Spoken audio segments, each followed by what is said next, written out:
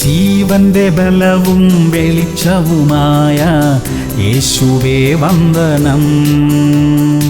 ഉറപ്പുള്ള പാറയും കോട്ടയുമായ യേശുവേ വന്ദനം.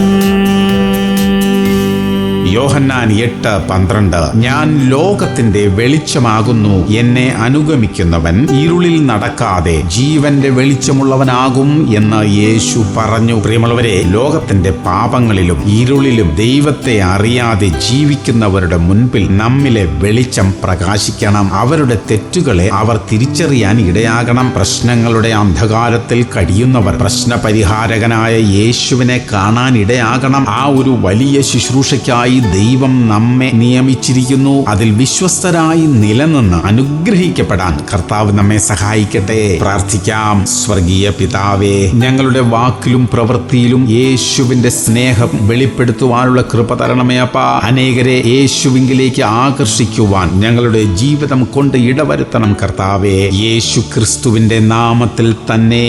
ആമേൻ, ആമേൻ, ആമേൻ.